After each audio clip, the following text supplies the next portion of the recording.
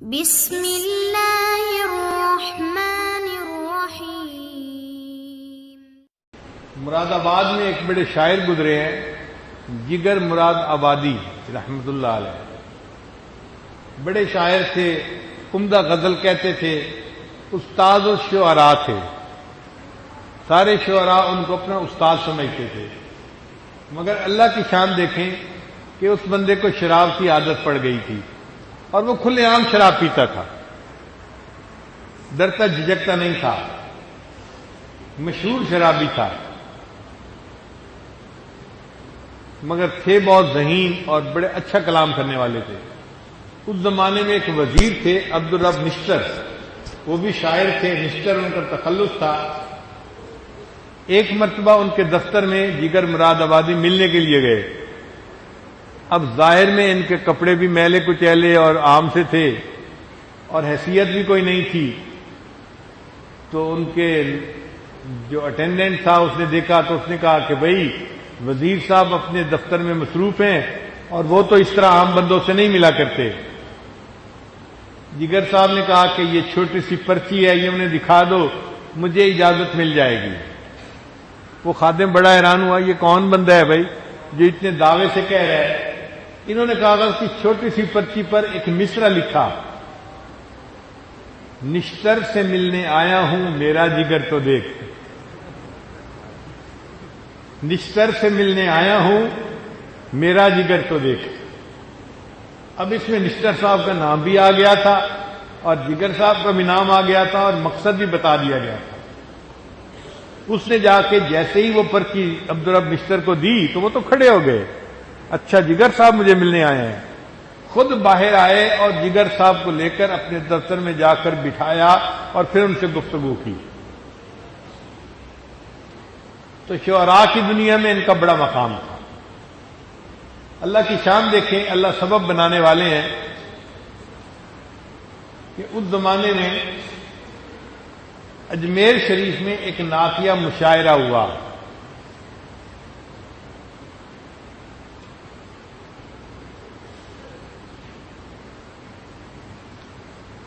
اور جو نعتیہ مشاعرہ تھا وہ بڑے پیمانے پہ تھا، یعنی جیسے بین الاضلاعی مقابلے ہوتے ہیں نا کہ پورے ملک سے شعراء کو بلاؤ۔ اب جو انتظام کرنے والے تھے وہ اس بات پہ حیران تھے کہ ہم جگر کو نعت پڑھنے کے لیے بلائیں یا نہ بلائیں۔ کچھ کہتے تھے کہ وہ شرابی ہیں، ان کو نہیں بلانا چاہیے، کچھ کہتے تھے کہ وہ مشاعرہ کیسا جس میں اتنا بڑا شاعر نہ ہو، تو اختلاف رائے ہو۔ بالآخر منتظمین نے فیصلہ کیا جرأت مندانہ کہ نہیں، ہم ان کو بلائیں گے اور ان کو کہیں گے کہ وہ بھی نعت پڑھیں۔ اب انہوں نے جگر مراد آبادی کو اپنی ریکویسٹ پہنچا دی کہ جی ہم مشاعرے کی دعوت دیتے ہیں، آپ آئیں اور نعت پڑھیں۔ جگر صاحب نے نہ تو کر دی، مگر حیران تھے کہ مجھ جیسا شرابی، مجھ جیسا گناہگار، مجھ جیسا سیاہکار اور نبی اکرم کی شان میں کلام لکھے اور ان کی شان میں کلام پڑھے، میرے منہ کو زیر کیسے دیتا ہے؟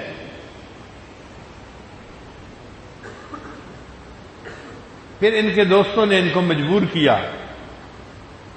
مگر ان کو تو نعت لکھنے سے کوئی انس ہی نہیں تھا۔ غزل لکھتے تھے، عورت کے حسن و جمال کو بیان کرنے میں بڑی مہارت تھی۔ انہوں نے ارادہ کر لیا نعت لکھنے کا، روز نعت لکھنے بیٹھتے اور بے اختیار غزل لکھ بیٹھتے، نعت لکھنی شروع کرتے اور غزل لکھ دیتے، پھر لکھے ہوئے کو کاٹتے، لکھتے کاٹتے، لکھتے کاٹتے، کئی دن گزر گئے۔ ایک اذیت تھی ذہنی کہ میں اس قابل نہیں کہ مجھے نبی علیہ الصلوۃ والسلام کی شان میں کچھ لکھنے کی سعادت ملے۔ سمجھتے تھے کہ یہ میرے گناہوں کا وبال ہے۔ پھر اللہ کی شان دیکھیں کہ ایک دن ایک مصرع بن گیا اور پھر تو جیسے راستہ ہی کھل جاتا ہے۔ ایسی بارش ہوئی مضمون کی کہ انہوں نے ایک مجلس میں نعت لکھ ڈالی اور ارادہ کر لیا کہ میں جاؤں گا اور نعت پڑھوں گا.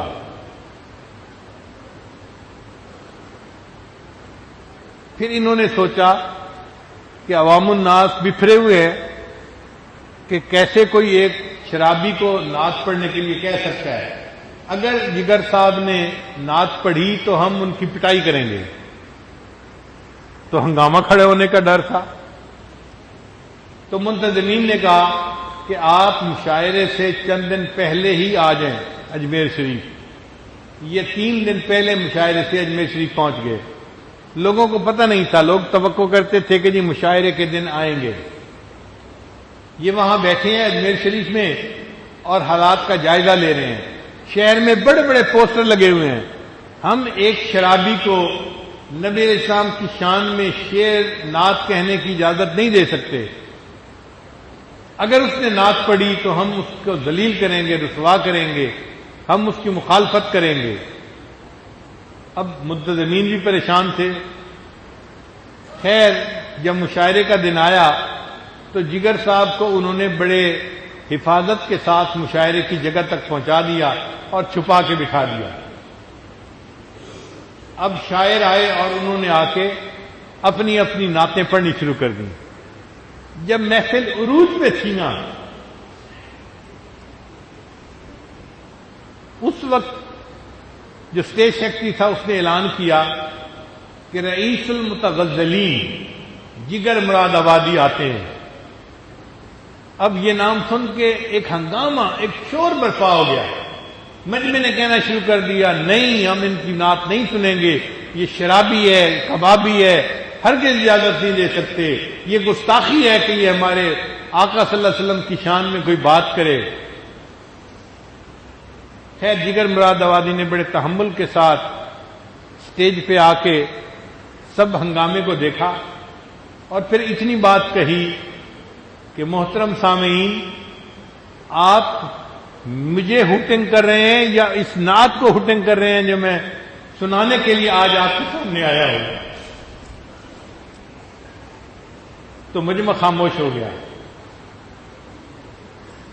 جب مجمع 1 منٹ کے لیے خاموش ہو گیا تو انہوں نے اپنی شعر کا پہلا مصرع پڑھا.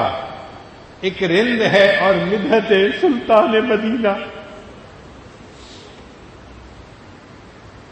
ایک رند ہے اور مدحت سلطان مدینہ. اب الفاظ ایسے تھے کہ مجمع کے لوگوں کو جیسے سانپ سونگھ گیا. وہ چاہتے تھے کہ ہم بھی سنیں آخر ایک شرابی نے آقا صلی اللہ علیہ وسلم کے بارے میں کیا کہا. تو جب مجمع خاموش ہو گیا تو جگر مراد آبادی نے روتے ہوئے نبی علیہ السلام کی شان میں اشعار پڑھے. ایک رند ہے اور مدحت سلطان مدینہ، ہاں کوئی نظر رحمت سلطان مدینہ. دامان نظر تنگ فراوانی جلوہ، اے طلعت حق طلعت سلطان مدینہ. اے خاک مدینہ تیری گلیوں کے تصدق، تو خلد ہے تو جنت سلطان مدینہ. اس طرح کے ہر ساس و مصروف عبادت، دیکھوں میں در دولت سلطان مدینہ. ایک ننگے غم عشق بھی ہے منتظر دید، صدقے تیرے اے صورت سلطان مدینہ. کونین کا غم یاد خدا اور شفاعت، دولت ہے یہی دولت سلطان مدینہ. ظاہر میں غریب الغربا پھر بھی یہ عالم، شاہوں سے سوا سطوت سلطان مدینہ.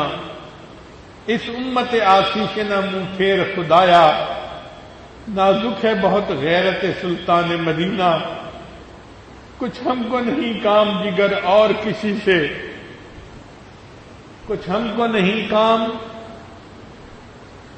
جگر اور کسی سے، کافی ہے بس ایک نسبت سلطان مدینہ. کافی ہے بس ایک نسبت سلطان مدینہ. اب جب یہ انہوں نے نعت پڑھی تو مجمع تو حیران تھا کہ اللہ نے ایک شرابی کے زبان سے کیسی عجیب باتیں کہلوا دی. یہ باتیں تو کوئی عاشق صادق ہی کہہ سکتا ہے نا. کچھ ہم کو نہیں کام جگر اور کسی سے، کافی ہے بس ایک نسبت سلطان مدینہ. خیر جگر مراد آبادی بھی خوش تھے اور باقی شعراء بھی خوش تھے۔ مشاعرے کے بعد جگر مراد آبادی کی ملاقات ہوئی حضرت مجذوب رحمۃ اللہ علیہ سے۔ حضرت مجذوب رحمۃ اللہ علیہ اس زمانے میں گریڈ 22 کے آفیسر تھے، سیکٹری لیول کے، ڈائریکٹر لیول کے آفیسر تھے، مگر داڑھی تھی، سادہ لباس پہنتے تھے اور مولوی ٹائپ بندے تھے۔ تو جگر مراد آبادی نے دیکھا تو انہوں نے پوچھا، مجذوب تم تو مسٹر تھے، تمہاری ٹر کیسے مس ہو گئی؟ مجذوب تم تو مسٹر تھے، انگریزی تعلیم یافتہ تھے، تم تو مسٹر تھے، تمہاری ٹر کیسے مس ہو گئی؟ تو حضرت مجذوب رحمۃ اللہ نے فرمایا کہ مجھے ایک اللہ والے کی صحبت نصیب ہوئی اور اس کی صحبت سے میری ٹر مس ہو گئی۔ تو جگر مراد آبادی نے کہا کہ کیا میری بھی ملاقات ہو سکتی ہے؟ انہوں نے کہا ہاں، میں ان سے اجازت لے کے ملاقات کروا سکتا ہوں۔ جگر مراد آبادی نے کہا کہ میری 2 شرطیں ہیں۔ ایک شرط تو یہ کہ میں آؤں گا تو چونکہ پینا میری عادت بن چکی ہے، اب اس کے بغیر میں رہ نہیں سکتا، تو میں وہاں بھی جا کر پیوں گا، یہ شرط ہے میری۔ چنانچہ خواجہ مجذوب رحمۃ اللہ نے حضرت اقدس تھانوی رحمۃ اللہ سے پوچھا کہ حضرت ایک شاعر ہے، شرابی ہے، مگر آپ سے ملنے کا خواہش مند ہے، شرط یہ لگاتا ہے کہ میں آؤں گا تو میں وہاں بھی پیوں گا، رات کو پیے بغیر میرا گزارا نہیں ہوتا۔ حضرت تھانوی رحمۃ اللہ نے فرمایا ہاں، وہ ہمارے اوپر وبال نہیں آئے گا۔ چنانچہ مجذوب رحمۃ اللہ علیہ کی وساطت سے جگر مراد آبادی کو حضرت اقدس تھانوی رحمۃ اللہ کی صحبت میں جانا نصیب ہو گیا۔ اب حضرت کے چہرے کا دیدار کیا تو دل نے ملامت کی کہ جگر کب تک تم اس شراب کو پیتے رہو گے؟ کہتے ہیں چھٹی نہیں ہے منہ سے یہ کافر لگی ہوئی، ایسی عادت ہے کہ اس کو چھوڑنا مشکل ہوتا ہے۔ مگر جگر مراد آبادی نے اس وقت حضرت کے سامنے 2 ارادے کیے۔ حضرت ایک تو آج میں اپنے چہرے پر داڑھی سجانے کا ارادہ کرتا ہوں، آج کے بعد شیو نہیں کروں گا، اور دوسرا ارادہ کہ آج کے بعد میں شراب نہیں پیوں گا۔ بن کہے اللہ والے کی صحبت کی برکت سے اللہ نے توبہ کی توفیق عطا فرما دی۔ چنانچہ حضرت تھانوی رحمۃ اللہ نے دعا دی اور جگر مراد آبادی نے داڑھی بھی رکھ لی اور شراب بھی چھوڑ دی۔ شروع میں چند دن تو طبیعت بڑی خراب رہی، ڈاکٹروں نے کہا کہ تمہیں شراب چھوڑنی تھی تو ٹیپر آف کرتے، تھوڑی تھوڑی گھٹاتے۔ کہنے لگے نہیں، جب میں نے چھوڑنی تھی تو میں نے چھوڑ دی، اب زیادہ سے زیادہ موت ہی آ جائے گی نا، اور کیا، میں اس کے لیے تیار ہوں۔ اللہ نے کیا کہ کچھ عرصے بعد صحت بھی بحال ہو گئی، شراب کی عادت بھی چھوٹ گئی، اور چہرے سے داڑھی سجنے کی وجہ سے چہرہ نورانی بھی بن گیا۔ اب لوگ جگر مراد آبادی کو دیکھنے کے لیے آتے، دور دور سے آتے اور جگر مراد آبادی کو دیکھ کے آئے۔ تو جگر مراد آبادی کو پتہ چل گیا کہ لوگ میری شکل دیکھنے کے لیے آتے ہیں، تو جگر مراد آبادی نے اپنے بارے میں خود شعر کہا، چلو دیکھ آئیں تماشا جگر کا، چلو دیکھ آئیں تماشا جگر کا، سنا ہے وہ کافر مسلمان ہوا ہے،